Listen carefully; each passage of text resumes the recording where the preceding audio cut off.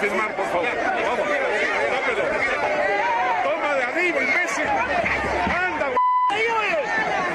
Y para mí lo más importante es utilizar la crisis como un instrumento para terminar con la cultura del derrotismo y del temor en una sociedad que tiene elementos psicológicos de derrotismo un poco mayores que los que puedan tener los señores brasileiros, que tienen más sol, más componente negro y más alegría que nosotros los andinos. Nosotros somos un país andino, es decir, un país esencialmente triste, no somos un país alegre, como decía, de Brasil, o los colombianos que son hiperactivos, tienen mezcla de español del norte, vascongado y catalán, mayor componente negro y un poco de antropófago primitivo, o sea, son hiperactivos y tienen más sol, tienen Caribe, allá tienen Leder, tienen mexicano, nosotros aquí tenemos indígenas que cosechan hojas de coca todavía, o sea, el hiperactivismo está allá, tienen campeón mundial de vehículo, tienen torero de primera categoría, todo eso es hiperactivismo racial, físico, genético. Se dice que un pueblo que no conoce su historia está condenado a repetirla. Entonces, ¿qué podemos decir del segundo gobierno de Alan García? ¿Cómo pudo haber ocurrido algo así luego de lo que hizo en su primer gobierno? Son preguntas importantes de reflexionar. Ahora bien, es cierto que su segundo gobierno fue muy distinto al primero, pero no en todo. Hay algunas cosas que no cambiaron, como los escándalos y los casos de corrupción. Vamos a conocer algunos. ¿Crees que el caso Lava Jato fue el único caso en el que García Pérez fue investigado por presuntos actos de corrupción? Pues no, durante el segundo gobierno de García Pérez hubo una serie de escándalos de corrupción y por eso cuando se instala el nuevo Congreso en julio de 2011 se toma la decisión de formar una comisión investigadora. Esta comisión se llamó la Mega Comisión por la cantidad de casos que abarcaba.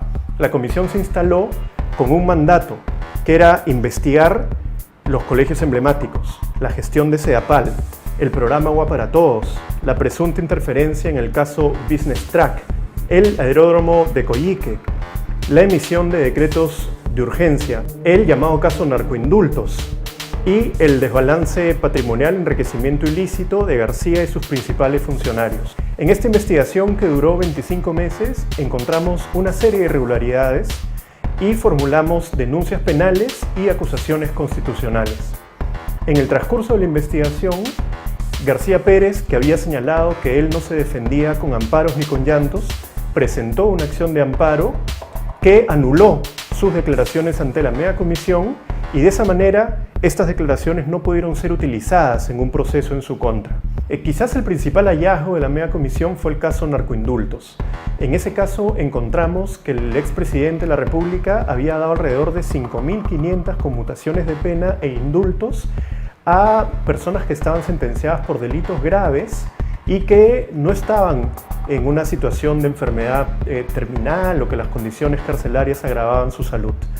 Pero lo más grave quizás fue encontrar que de esas 5.500, 3.207 eran sentenciados por tráfico ilícito de drogas y recibir el testimonio de algunas personas que señalaron que habían pagado para tener ese beneficio. En el caso narcoindultos, el que firmaba cada una de las resoluciones de indultos y conmutaciones era el propio García Pérez. Sin embargo, el fiscal de la Nación de ese entonces, José Peláez Bardales, pensó que no habían elementos suficientes para incluirlo.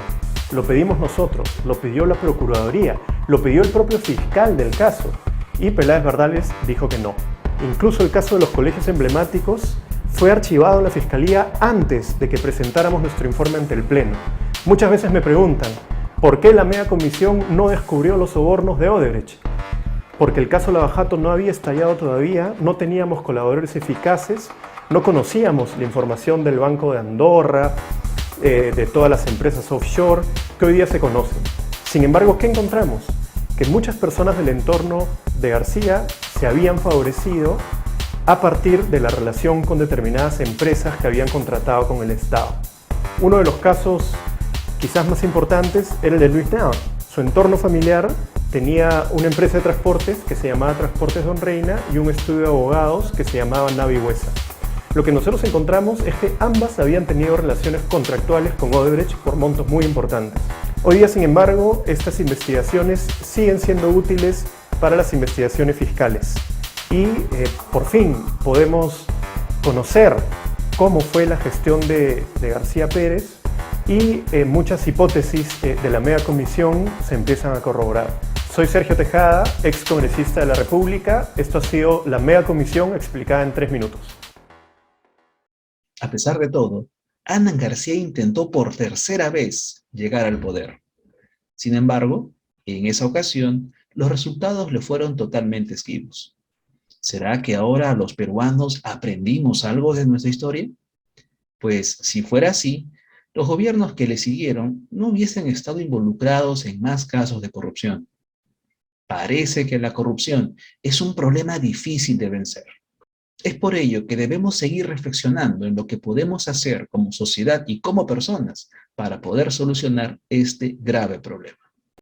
Pero dijiste, no hay gobierno en el que no se haya robado. Y dijiste que la corrupción es un mal endémico. ¿Esto significa que en los 2 gobiernos de Alan García se robó? Sí, claro, no lo hemos negado. Yo lo que digo es que la corrupción ha estado presente en todos los gobiernos. Demuéstrenlo pues, imbéciles, imbéciles, imbéciles, imbéciles.